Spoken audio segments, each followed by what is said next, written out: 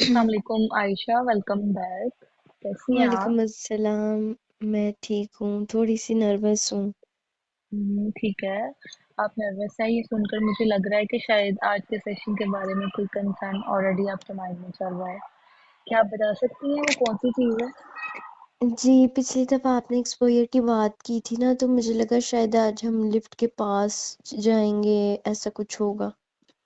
ठीक है, ये बहुत अंडरस्टैंडेबल बात है। जब किसी चीज़ से हमें ऑलरेडी डर हो ना तो और थेरेपी में उसी चीज़ का नेम एक्सपोज़र के साथ आया तो आपके माइंड ने ना फ़ौरन सबसे स्केरी इमेज बना ली होगी। जैसे लिफ्ट के अंदर जाना, दरवाज़े का बंद होना और लिफ्ट में फंसाना, ऐसे ही है? जी। ठीक है। जी, मैंने सोचा कि शायद आज कहा जाएगा कि मैं लिफ्ट में चली जाऊँ। ठीक है। और आपका ये फ़ील करना बिल्कुल वैलिड है, मैं इस बात को समझ सकती हूँ। आयशा, इस वक़्त हम आपको पुश करने की बिल्कुल भी ज़रूरत नहीं है। आप बिल्कुल रिलैक्स होके बैठ जाएँ। थेरेपी का प्रोसेस बिल्कुल आपके कंट्रोल के अगेंस्ट नहीं होगा, बल्कि हम आपके कंट्रोल को ग्रेजुअली आहिस्ता-आहिस्ता बिल्ड करने की कोशिश करेंगे, ठीक है? ठीक है।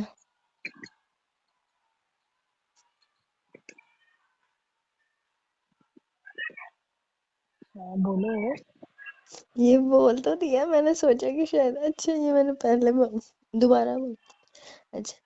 जी ठीक है, लेकिन फिर भी मुझे थोड़ा-सा है कि आप शायद अपने एक्सपोज़र का ज़िक्र किया था, तो आप शायद लिफ्ट में ही ले जाएँगी। ठीक है, ये बहुत इम्पोर्टेंट पॉइंट है। आपको सिर्फ लिफ्ट का डर नहीं था यानी बल्कि ये भी आपका कंसर्न था कि थेरेपी में आप पर प्रेशर भी कोई आ सकता है। और क्योंकि लिफ्ट के जो डर है ना उसमें कंट्रोल लूज़ होना एक सेंट्रल थीम है ना, तो इसलिए थेरेपी में कंट्रोल और कोलैबोरेशन भी बहुत ज़्यादा इम्पोर्टेंट होती है। तो हम आपकी इजाज़त के बगैर कुछ भी नहीं करेंगे, ठीक है? आप बिल्कुल रिलैक्स रहें। ठीक है, ये सुन के थोड़ा-सा बेटर फ़ील हो रहा है अब। ठीक है, गुड। और आप मुझे बताएँ कि इस वक़्त हम अगर आपकी घबराहट को 0 से 100 तक नंबर दें, तो अभी कितनी है? अगर मैं कहूँ तो मेरा मूड है 6। ठीक है। और जब आप सेशन से पहले सोच रही थी कि शायद आज लिफ्ट में जाना पड़ेगा, तब कितनी थी? हुँ, आप घबराहट के बारे में पूछ रही हैं? जी। घबराहट को अगर मैं पहले मेरी 30 है अभी, तो जो पहले थी जब मैं सोच रही थी तब शायद 45-50 होगी। ठीक है। यानी जब आपको पूरा प्रोसेस अनक्लियर था तब आपकी घबराहट 45 थी और जब हमने क्लैरिफाई किया कि आज एक्चुअल लिफ्ट में एक्सपोज़र नहीं होगा, तो वो आपकी घबराहट थोड़ी-सी कम हो गई। ठीक है, मैं जी, इसे सिर्फ़ एक ऑब्ज़र्वेशन के तौर पे नोट कर रही हूँ। अनसर्टेनिटी भी आपकी एंग्ज़ायटी को बढ़ा देती है, अक्सर ऐसा होता है। ठीक है? ठीक है। अ, अच्छा आयशा, आज ना हम पहले पिछले होमवर्क को ब्रीफली रिव्यू करेंगे। फिर मैं आपसे सारी डिटेल्स दोबारा नहीं पूछूंगी क्योंकि हम असेसमेंट फेज में सारा कुछ पहले ही कर चुके हैं। मैं सिर्फ ये समझना चाहती हूँ कि होमवर्क में कॉमन पैटर्न आपको क्या नजर आया? मैंने 2 सिचुएशंस लिखी हैं इस दफ़ा। कौन कौन सी? मैंने लिखा है, एक लिफ्ट देखते ही ख़्याल आ गया था कि लिफ्ट रुक सकती है। फिर मुझे घबराहट हुई और मैं स्टेयर्स या एस्केलेरेटर की तरफ चली गई। ठीक है। और स्टेयर्स की तरफ जाने के बाद आपकी एंजाइटी कितनी हुई? फिर मेरी घबराहट कम हो गई थी। ठीक है। और उसके बाद आपको कोई कॉस्ट वगैरह फेस करनी पड़ी? जी, यूनिवर्सिटी में जो है ना स्टेयर्स, वो बहुत ज़्यादा हैं, तो मैं वो चढ़-चढ़ के थक गई थी। फिर मॉल हम्म, में भी फैमिली को मेरा वेट करना पड़ा। हम्म। आयशा, अभी मैंने मॉल वाली सिचुएशन के बारे में नहीं पूछा। अभी सिर्फ हम यूनिवर्सिटी के बारे में बात कर रहे हैं। अच्छा, आपने दूसरी सिचुएशन को नोट डाउन किया है कि आप मॉल में फैमिली के साथ थी और आपको लिफ्ट यूज करनी थी। ठीक है, ऐसे ही है? जी, ठीक है। तो उस वक्त आपकी घबराहट कितनी थी? उस वक़्त मेरी घबराहट थी 6। हम्म। ठीक है। और एस्केलेटर को चूज करने के बाद? फिर कम हो गई थी। ठीक है। यानी दोनों सिचुएशन में आपका एक ही पैटर्न नजर आया कि लिफ्ट का ट्रिगर और डेंजरस थॉट का आना, फिर बॉडी में एंजाइटी का होना, और देन आपने उस सिचुएशन को अवॉइड किया और आपको कुछ टाइम के लिए रिलीफ मिला। अच्छा आयशा, मुझे बताएं, फिर किसी ना किसी फॉर्म में आपको उसके बाद कॉस्ट को फेस करना पड़ता है, जैसे आपने कहा कि आप बहुत ज्यादा थक जाती हैं, ऐसे ही जी है? जी। वे तुम पूरी लाइन तो नहीं बोल रही, मेरी अगली लाइन नहीं बन वही रही। अल्लाह, मैंने दूसरा सेशन खोला हुआ था, पिछला वाला तुम्हारा 3। ओए ला, नया वाला खोलना तो तुम सही बोल नहीं रही, मेरी कोई लाइन नहीं बन तभी रही तब मैं से। उसके अकॉर्डिंग बोल रही हूँ, मैं कह रही ये क्या लगी हुई है। यार ठहरो ठहरो, यहीं से स्टार्ट करते हैं ना कि किधर हो तुम अभी। मैं वो होमवर्क पे जाओ, तुम बोल नहीं रही तो मैं कह रही हूँ ये क्या बोली जा रही है, मेरी कोई लाइन ही नहीं बन रही। ये होमवर्क के बाद मैंने नोटिस किया, लिव पहले स्टेयर्स ढूंढ, अब यहाँ से करो कि होमवर्क करते वक्त कोई नई बात, यही वाला है ना कि होम 18 पेजेस वाला है। पता नहीं, मैंने सारा इकट्ठा ही भेजा हुआ, 18 पेज नहीं, ये तो जो तुम्हें मैंने अभी ईमेल हाय की है। अल्लाह, तुमने क्या खोला हुआ है? कल वाला। जो तुम वो कल बार वाला, बार वही खुल जाता है। जो तुमने अभी तक जो भी तुमने बोला ना, मैं कह रही हूँ ये क्या बोल रही है, मेरी किसी चीज से मैच नहीं कर रहा है। वो अच्छा मेरे को है, ये मुस्कुरा क्या बोल रही है, ये जो इसमें या मैं हालांकि ऊपर से देखे अपनी तरफ से एक्टिंग भी करके। हाँ, लेकिन वो जो जो भी है ना, कुछ मैच ही नहीं था कर रहा। मैंने कहा मिनाल को पता नहीं क्या हो गया, बात का जवाब ही नहीं सही दे रही, हो चलो फिर सकता जो है आगे आया, दे दे। चलो चलो चलो, मैंने मैंने दूसरा कहा खोला हुआ था। अच्छा, मैंने कहा चलो। शायद अभी देती है, अभी देती है, मैंने कहा शायद पता नहीं कहीं काम ना लगी हो साथ में। नहीं नहीं, मैं आराम से बैठी हुई हूँ, वो तुम्हारे बीच में पंखे की बहुत आवाज आ रही है। हाय हाय, पंखा भी इतना थोड़ा लग गया है ला। दूसरी साइड पे कर दो उसका। हाय, अब सही ध्यान से बोलो देख हाँ, के। अब चलो। अच्छा, अब मैं वहाँ होमवर्क से शुरू करती हूँ, फिर मैं इधर से एडिट कर लूंगी, ठीक है? Homework review. हाँ। ठीक है। आयशा, आज के हम सेशन में ना पहले लास्ट वीक के होमवर्क को ब्रीफली रिव्यू करेंगे। मैं आपसे सारी डिटेल्स तो दोबारा नहीं पूछूंगी क्योंकि हमने असेसमेंट में ही ये सारी चीज़ें कंप्लीट कर ली थी। मैं अभी सिर्फ ये समझना चाहती हूँ कि आपको अपने होमवर्क में क्या पैटर्न नजर आया। मैंने दो सिचुएशन लिखी थी।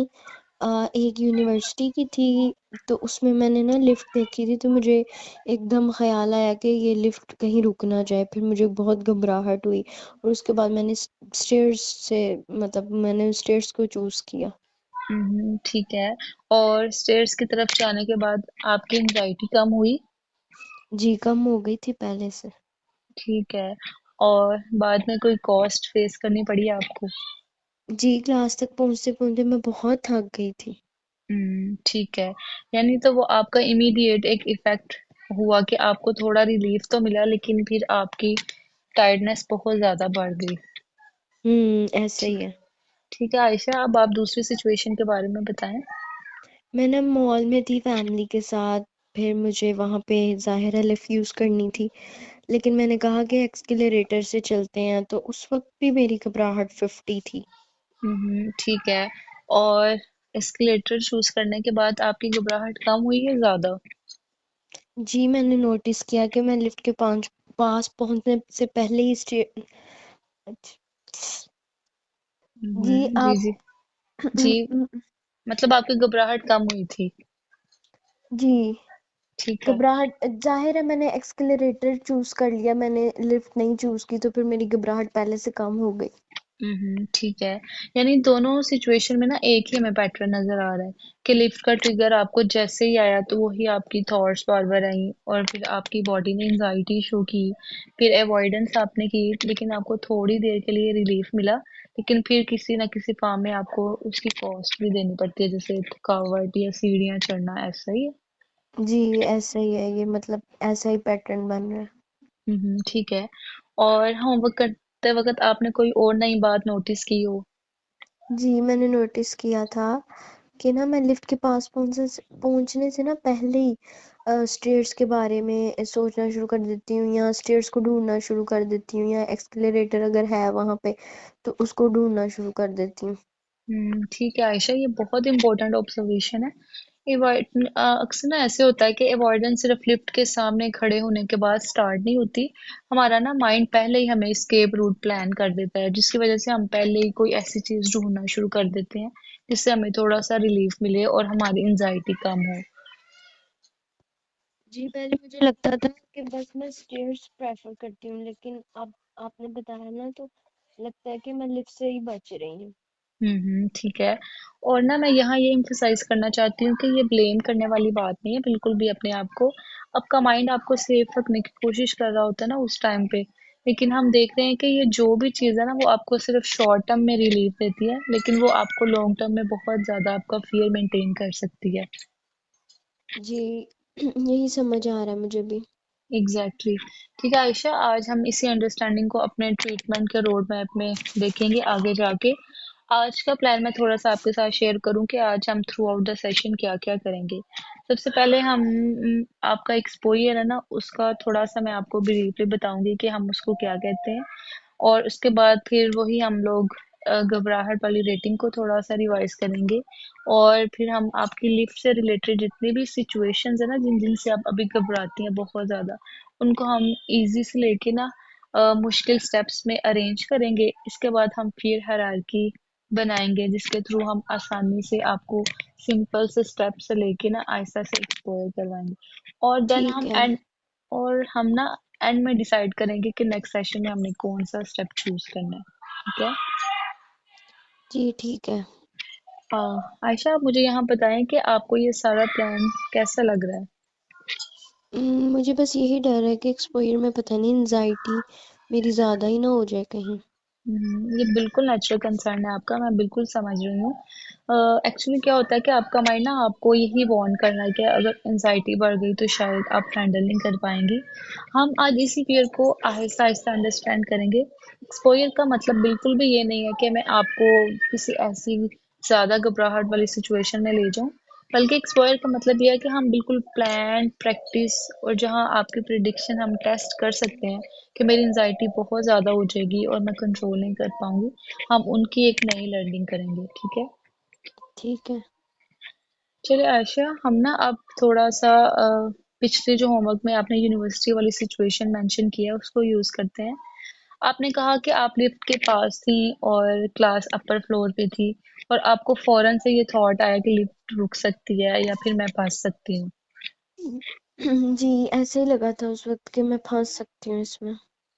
ठीक है। तो आप मुझे बताएं कि उस थॉट के आने के बाद आपको क्या फील हुआ। उसके बाद मेरा दिल बहुत तेज तेज धड़कना स्टार्ट हो गया।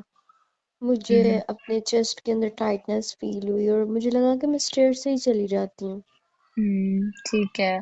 और आपने बताया फिर वही पैटर्न हुआ होगा कि जब आप स्टेयर्स से गई तो आपको थोड़ी देर के लिए रिलीफ तो मिला, लेकिन फिर से आपको वही सारी चीजें घबराहट बेचैनी वगैरह वापस आ गई। जी ठीक है। उस वक्त तो मेरी एंजाइटी कम हुई थी। ठीक है। आयशा, अगर हम सिर्फ उस मोमेंट को देखें ना तो हमें उस टाइम पे ऐसा ही लग रहा होता है कि हम इस चीज को अवॉइड करेंगे तो हमें वो हेल्पफुल लगती है। लेकिन हमारा माइंड ना सिर्फ लॉन्ग टर्म में हमें ये समझा देता है बार बार कि स्टेयर्स ही चूज करनी है हर दफा। अगर स्टेयर्स चूज ना की तो घबराहट बढ़ सकती है और फिर आप कंट्रोल लूज कर सकती हैं। ऐसे ही है। जी मुझे भी ऐसे ही लगता है। ठीक है। हाँ, आयशा, अब हम अपने सेशन को थोड़ा सा आगे लेके जाते हैं।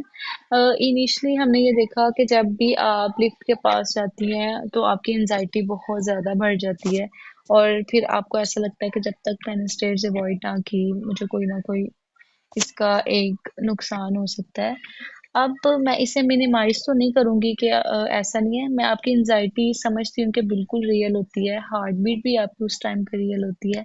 और जो भी आपको इसके अलावा फिजिकल सिम्टम्स जैसे कि आपने कहा मुझे बहुत ज्यादा कंधों में खिंचाव हैवीनेस होती है और अनकंफर्टेबल भी होता है, ये बिल्कुल सारा कुछ रियल है। हम ये नहीं कहेंगे कि ये कुछ भी नहीं होता। आपके लिए ये जेन्युइनली डिस्ट्रेसिंग एक्सपीरियंस हो सकता है। ऐसा ही है। जी ये जो अब आपने कहा ना ये बात मुझे समझ आई है। ठीक है। और थेरेपी में हम यही समझने की कोशिश करेंगे और साथ ही साथ हम ये भी एक्सप्लोर करेंगे कि क्या बॉडी के सिम्टम्स का मतलब एक्चुअल डेंजर होता है या कभी-कभी बॉडी का अलार्म सिस्टम हमारा एक्स्ट्रा सेंसिटिव हो जाता है।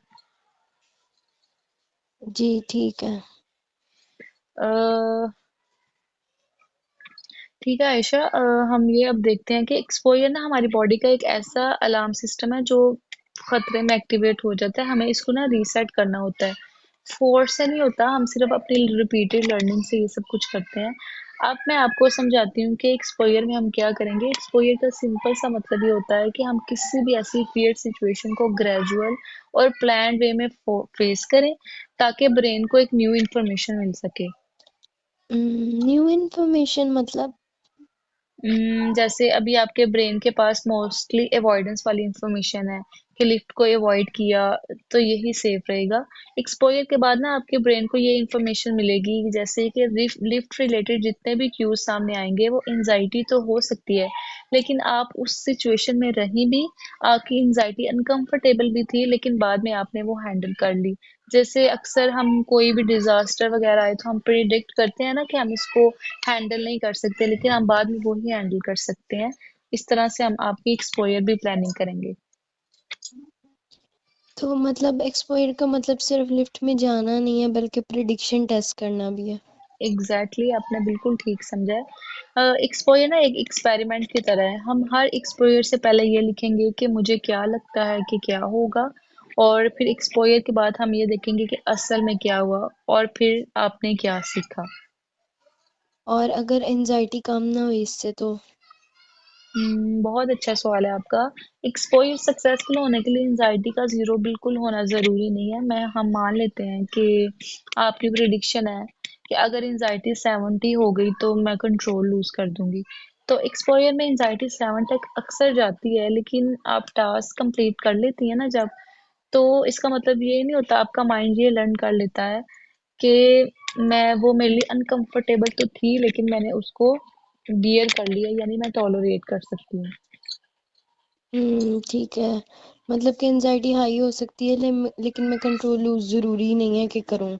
Exactly exactly. इसलिए हम इंसाइटी को नंबर को ऑब्जर्व करेंगे, लेकिन ये नहीं देखेंगे कि सॉरी, लेकिन हमारे लिए ये जरूरी नहीं है कि एंजाइटी का पूरा ही कम होना हमारी सक्सेस है, बल्कि सिर्फ हम ये देखेंगे कि आपने टास्क कंप्लीट किया, आपने अवॉइडेंस कम की, आपने प्रिडिक्शन टेस्ट की, या फिर आपने कॉपिंग के बारे में कुछ न्यू सीखा। ठीक है, अब थोड़ा सा क्लियर हुआ है। ठीक है। अब हम थोड़ा सा सेशन को आगे की तरफ लेके जाते हैं। मैंने आपको स्टार्ट में भी बताया था कि जो हमने घबराहट का एक स्केल देखा था कि 0 का मतलब होता है कि बिल्कुल भी घबराहट नहीं है और 100 का, तो हम आज उसी स्केल को यूज करेंगे अपनी थेरेपी में, ठीक है। ठीक है। अब आप मुझे बताएं, एक सिचुएशन मैं आपको देती हूँ कि अगर आप घर पे हो और आप अपने रूम में बिल्कुल रिलैक्स्ड हो, तो उस टाइम आपकी एंजाइटी कितनी होगी। 100। हम्म, ठीक है। और अगर अकेले लिफ्ट में होना पड़े और लिफ्ट रुक जाए तो उस टाइम आपकी एंजाइटी कैसी होगी। 50। ठीक है। और लेकिन अगर लिफ्ट के सिर्फ पास आपको खड़ा होना पड़े, जब आप लिफ्ट का डोर क्लोज हो बिल्कुल, तब। तब 30। ठीक है। और सिर्फ आपको लिफ्ट की वीडियो देखना पड़े तो तब आपकी घबराहट कितनी होगी। वो इससे कम। Exactly exactly. ये पर्सनल हमारा एक हमने देख लिया कि जब आपको घबराहट किन किन सिचुएशन में कितनी कितनी हो सकती है। ठीक है, ये सिर्फ हमारी इंफॉर्मेशन के लिए था। अब हम नेक्स्ट स्टेप की तरफ चलते हैं, ठीक है। ठीक है। चलिए हम आयशा अब ये देख लेते हैं कि सबसे मैनेजेबल एलिवेटर रिलेटेड स्टेप कौन सा होगा आपके लिए, ऐसी सिचुएशन जो सिर्फ थोड़ी सी एंजाइटी दे आपको लेकिन आपको लगे कि आप ट्राई कर सकती हैं। नॉर्मल जो मतलब एलिवेटर की वीडियो है ना वो। हम्म, ठीक है। और आप मुझे बताएं कि आपने पिक्चर को चूज क्यों नहीं किया, पिक्चर की बजाय वीडियो ही क्यों। फिर ये है कि पिक्चर तो मैं देख सकती हूँ, वीडियो में जरा वो मोशन फील हो रहा होता है ना कि वीडियो में डोर भी बंद हो रहा है, मूवमेंट भी हो रही है, तो वो थोड़ा रियलिस्टिक लगेगा। ठीक है। तो वीडियो में मेन ट्रिगर आपका यही है कि डोर क्लोज और मूवमेंट। जी, क्योंकि पिक्चर तो बिल्कुल स्टिल होती है ना, तो वीडियो में हम देख सकते हैं ज़रा, तो वो फील भी कर सकते हैं। ठीक है। और अब अगर मैं कहूँ कि अगर हम 1 मिनट की नॉर्मल एलिवेटर वीडियो देखें जिसमें एक पर्सन लिफ्ट में जा रहा है और दरवाजा भी बंद कर रहा है और जिससे लिफ्ट मूव भी करे और फिर से दरवाजा ओपन हो जाए, तो आप बताएं कि आपकी घबराहट कितनी होगी। मे बी आप कह लें 30। ठीक है, एक्सीलेंट। तो यहाँ यानी हमने अपना स्टेप 1 चूज कर लिया है कि 1 मिनट की नॉर्मल एलिवेटर वीडियो कंप्लीट देखना जिसमें आपकी घबराहट 30 होगी यानी कम है। क्या ये मैनेजेबल लगता है? जी, डर है लेकिन मैनेजेबल लग रहा है। ठीक है, एक्सीलेंट। अब आयशा, अगर मैं आपसे पूछूं कि वीडियो के बाद अगर हम रियल इन्वायरमेंट का सबसे इजी स्टेप चूज करें तो वो क्या हो सकता है? उम, वो ये हो सकता है कि हम डोर से लिफ्ट एरिया को देख लें। एग्जैक्टली, ठीक है। और अगर आप लिफ्ट से तकरीबन 3 मीटर दूर खड़ी होकर सिर्फ 2 मिनट्स के लिए वो लिफ्ट का पूरा एरिया ऑब्जर्व करें, अंदर नहीं आपको जाना, सिर्फ आपको ऑब्जर्व करना है, तो फिर? फिर 40। ठीक है। तो इस स्टेप में आपका फियर क्या होगा? इसमें मुझे ये लगेगा कि लिफ्ट आ जाएगी, डोर खुलेगा और शायद कोई कहेगा कि अंदर चलो। ठीक है, यानी फियर सिर्फ लिफ्ट को देखने का नहीं है आपको, बल्कि आपको ये भी है कि मुझे कोई ना कोई वहां पे डिसीजन लेना पड़ जाएगा, मुझे एक्चुअली लिफ्ट के अंदर जाना पड़ेगा। हम्म। यानी अब हमारी हायरार्की का स्टेप नंबर 2 हुआ कि रियल लिफ्ट एरिया को आपने 2 मिनट के लिए ऑब्जर्व करना है। ठीक है। ठीक है। अब आयशा, अगर हम नेक्स्ट स्टेप लें जो इससे थोड़ा सा डिफिकल्ट हो, तो वो आपके लिए क्या होगा? वो होगा कि लिफ्ट के बिल्कुल पास खड़े होना। ठीक है। और अगर आप लिफ्ट के करीब खड़ी हो और इसे 2 दफा ओपन और क्लोज होते हुए देखें, लेकिन आपने करना कुछ भी नहीं है, सिर्फ आपने पास खड़े होना है, तो फिर? फिर मेरी एंजाइटी 50 हो सकती है। ठीक है। और उस टाइम सबसे डिफिकल्ट मोमेंट आपके लिए क्या होगा? दरवाजा बंद हो रहा है लिफ्ट का ये। ठीक है, यानी जब भी दरवाजा बंद होता है तो आपके माइंड में एक मीनिंग एक्टिवेट हो जाता है कि मैं अंदर फंस जाऊंगी, ऐसा ही है? जी, कि यही होता है ना कि अगर मैं अंदर होती तो मैं फंस जाती। Exactly exactly। ठीक है। अब हमारा स्टेप नंबर 3 यही हुआ कि आपको लिफ्ट के करीब खड़े होकर उसे 2 या 3 दफा ऑब्जर्व करना है ओपन और क्लोज होते हुए। ठीक है। अब हम नेक्स्ट स्टेप की तरफ जाते हैं आयशा। आप मुझे बताएं कि इससे थोड़ा सा डिफिकल्ट स्टेप आपके लिए क्या होगा? डोर के बाद अगर आप कहें तो लिफ्ट का बटन प्रेस करना। ठीक है। और बटन प्रेस करना और उसके करीब होने से ज्यादा डिफिकल्ट क्यों है आपके लिए? क्योंकि बटन प्रेस करना मुझे इसलिए डिफिकल्ट लगेगा क्योंकि फिर मैं खुद लिफ्ट बुला रही होती हूँ ना, मतलब विलिंग हूँ कि लिफ्ट के अंदर जाऊं, तो फिर ऐसे लगता है कि मैंने सिचुएशन वही वाली स्टार्ट कर दी है।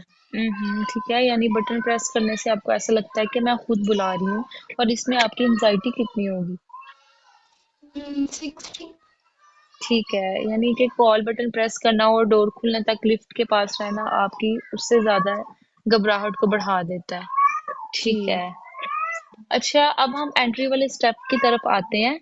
अगर मैं कहूँ कि आपको किसी ट्रस्टेड पर्सन के साथ जाना पड़े लिफ्ट के अंदर और उसका डोर ओपन भी रहे सिर्फ 20 से 30 सेकंड के लिए और आप अंदर खड़ी हो जाएं इतने टाइम के लिए, तो आपकी घबराहट कितनी होगी? कह सकते हैं 70। ठीक है। तो डोर ओपन होने के बावजूद 70 क्यों है अभी भी आपकी?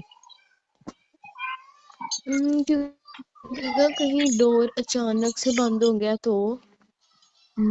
यानी एक्चुअल टास्क में भी आपका डोर ओपन होगा, लेकिन अभी भी आपका माइंड फ्यूचर डेंजर कर रहा है, डेंजर। हाँ, ठीक है। अब हमने 5 स्टेप बना लिया कि आपको किसी ट्रस्टेड पर्सन के साथ ओपन लिफ्ट में एंटर करके 20 से 30 सेकंड के लिए वहां पर रुकना है। अब हम लोग स्टेप नंबर 6 की तरफ चलते हैं कि अगर आपके लिए ये वाला स्टेप हम चूज करें कि अब दरवाजा लिफ्ट का बंद है, तो उस टाइम आपकी एंजाइटी कितनी होगी? अगर आप कह रही हैं कि मैं ट्रस्टेड पर्सन के साथ हूँ। बिल्कुल। और दरवाजा भी क्लोज कर दें हम लिफ्ट का, लेकिन अभी राइड नहीं लें, तो हम्म आपकी एंजाइटी कितनी होगी? फिर मतलब अगर लिफ्ट स्टार्ट ना हुई हो और मैं किसी के साथ हूँ तो लेकिन अंदर तो होंगी ना, तो 70। हम्म।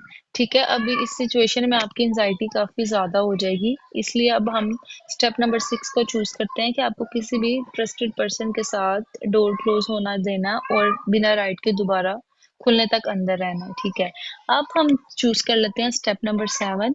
स्टेप नंबर 7 का अब ये होगा कि आपको राइड का फर्स्ट स्टेप लेना है, लेकिन किसी ट्रस्टेड पर्सन के साथ आपको एक फ्लोर से दूसरे फ्लोर पे जाना है, तो उस टाइम आपकी एंजाइटी कितनी होगी? उस टाइम मेरी एंजाइटी 85। हम्म। ठीक है, और इसमें सबसे डिफिकल्ट मोमेंट क्या होगा? इसमें सबसे डिफिकल्ट मोमेंट ये होगा कि डोर बंद हो रहा है और लिफ्ट मूव कर रही है। ठीक है, यानी कि इस सिचुएशन में आपकी सबसे ज्यादा एंजाइटी यही है कि डोर बंद भी हो रहा है और लिफ्ट मूव भी कर रही है। ठीक है, इसके बाद हम स्टेप नंबर 8 की तरफ चलते हैं और हम ये देखते हैं कि अगर हम ये देखें कि आपको अकेले वन फ्लोर से दूसरे फ्लोर तक राइड लेनी है, तो उस टाइम पे आपकी एंजाइटी कितनी ज्यादा होगी? 95। ठीक है, यानी कि आपको ट्रस्टेड पर्सन का गैर फियर इतना ज्यादा है कि आपको लगता है कि उस टाइम की आपकी घबराहट बहुत ज्यादा होगी। तो उस वक्त आपके माइंड में क्या थॉट आएगी? अगर आप मतलब मुझे ये लगेगा ना कि अगर कुछ हुआ तो मैं कुछ हैंडल ही नहीं कर पाऊंगी। ठीक है। आयशा, आपने बहुत अच्छा मुझे बताया सारे स्टेप। अब हम अपनी हायरार्की को देखते हैं कि हमने किस तरह से बनाई है। हमने टोटल 8 स्टेप में अपनी ये सिचुएशन डिवाइड की है। पहले ये कि आप सिर्फ एक नॉर्मल एलिवेटर वीडियो देखेंगी, उसके बाद आपको लिफ्ट एरिया के डोर के पास से आपने सिर्फ ऑब्जर्व करना है, देन आपको लिफ्ट के करीब रहना है और फिर आपको कॉल बटन प्रेस करना है, और देन आपको ओपन लिफ्ट में ट्रस्टेड पर्सन के साथ एंटर करना है। उसके बाद आपको डोर क्लोज होने देना है, सिर्फ राइड नहीं लेनी, और फिर आपको ट्रस्टेड पर्सन के साथ वन फ्लोर राइड लेनी है और देन अकेले। इस लिस्ट को देखकर आपको कैसा लग रहा है? पहले से मैनेजेबल लग रहा है कि पहले मेरे माइंड में ये था कि सिर्फ लिफ्ट के अंदर मतलब मैं फंस जाऊंगी। अब लग रहा है कि हम थोड़ा स्टेप बाय स्टेप चलेंगे तो शायद थोड़ा सा मेरे लिए मैनेजेबल हो। एग्जैक्टली पहले फियर एक बहुत बड़ी वॉल थी आपके सामने, और अब हमने इसी वॉल को स्टेयर्स बना दिया कि यानी अब हम आहिस्ता आहिस्ता है। डर आपको अभी भी है, लेकिन वीडियो से स्टार्ट करना आपको पॉसिबल लग रहा है। जी, क्योंकि ना मुझे अब डर अभी भी है, लेकिन पर हम कर लेंगे स्टेप बाय स्टेप। ठीक है नाइल। किधर थे हम? ठीक है, next session first fix for your prediction. दो अच्छा अच्छा। मिनट इधर। ठीक है आयशा, अब नेक्स्ट सेशन में अगर हम स्टेप नंबर 1 यानी नॉर्मल एलिवेटर वीडियो से स्टार्ट करें, तो आपकी मेन प्रिडिक्शन क्या होगी? मेरी ये होगी कि दरवाजा बंद होते ही मेरी हार्ट बीट बहुत ज्यादा तेज हो जाएगी और मैं वीडियो बंद करना चाहूंगी। ठीक है, और अगर आप वीडियो बंद ना करें तो सबसे बुरा आपको क्या लगता है? मतलब घबराहट कंट्रोल नहीं ना होगी मेरे से, बाहर हो जाएगी, आउट ऑफ कंट्रोल हो जाएगी और मैं हैंडल नहीं कर पाऊंगी। ठीक है, मैं इस प्रिडिक्शन को अगर शॉर्ट फॉर्म में लिखूं तो मैं ये लिखूंगी कि आपने कहा है कि नॉर्मल एलिवेटर वीडियो आप कंप्लीट देखने पर आपकी घबराहट बहुत ज्यादा हो जाएगी और आप वीडियो कंप्लीट ही नहीं कर पाएंगी। ठीक है। ठीक है आयशा, अब हम नेक्स्ट सेशन में इस बिलीफ को वर्बली कन्विंस तो नहीं करेंगे, लेकिन बल्कि आपके एक्सपीरियंस के थ्रू टेस्ट करेंगे कि आपको कितनी घबराहट हुई। ठीक है। ठीक है। आयशा, आज हमने बहुत इंपॉर्टेंट काम किया। आपने ना सिर्फ अपने फियर के बारे में बात की है, बल्कि आपने उससे एक मैप भी बनाया उसका, और अब हमने उसको स्टेप बाय स्टेप ब्रेक भी किया है। अब हमारा फर्स्ट जो मैनेजेबल स्टेप होगा, हमने यही सिलेक्ट किया है कि हम नेक्स्ट सेशन में 2 मिनट की वीडियो देखेंगे एलिवेटर से रिलेटेड, और इससे लर्निंग का मतलब ये होगा कि हमने आपको एक्सपोजर को फोर्सफुली नहीं हम करवाएंगे, बल्कि हम ग्रेजुअली और प्लान वे में सारा कुछ करवाएंगे। और आपकी एंजाइटी बढ़ भी सकती है, लेकिन आप मैनेज कर सकती हैं, ठीक है? आपको ये कैसा लग रहा है? मुझे ये यूज़फुल लगा है कि एक्सपायर का मतलब सीधा लिफ्ट में जाना नहीं है, और अगर एंजाइटी हुई भी तो वो प्रैक्टिस का पार्ट है, फेलियर नहीं। एक्सीलेंट, ये बहुत इंपॉर्टेंट अंडरस्टैंडिंग है। अभी आपकी इस वक्त घबराहट कितनी है? आप कह लें आप 25। ठीक है, गुड। लेकिन मैं अभी ये कहना चाहती हूँ कि आज की रियल प्रोग्रेस एंजाइटी हमारी 30 से 25 हुई है। और अभी हम रियल प्रोग्रेस को नेक्स्ट टाइम नेक्स्ट सेशन में देखेंगे। अभी आपने ये करना है कि आपका होमवर्क बिल्कुल सिंपल सा है। इस हफ्ते हम एक्सपोयर प्रैक्टिस हमने नहीं की। सिर्फ आज ही हमने 8 स्टेप हायरार्की बनाई है। अब हम देखते हैं कि आपने नेक्स्ट सेशन में क्या करना है, कि नेक्स्ट सेशन तक आपने अपनी हायरार्की को रिव्यू करना है जो मैंने आपको दी है, और आपने देखना है कि इस स्टेप के अलावा भी कोई स्टेप है जिसकी वजह से आपको ज्यादा फियर हो सकता है। ठीक है, आपने वो नोट डाउन करके लेके आना है। ठीक है। ठीक। आज के सेशन को हम यही क्लोज करते हैं। थैंक यू आयशा, आपने आज बहुत अच्छा पार्टिसिपेट किया। Thank you so much. जी, अल्लाह हाफिज।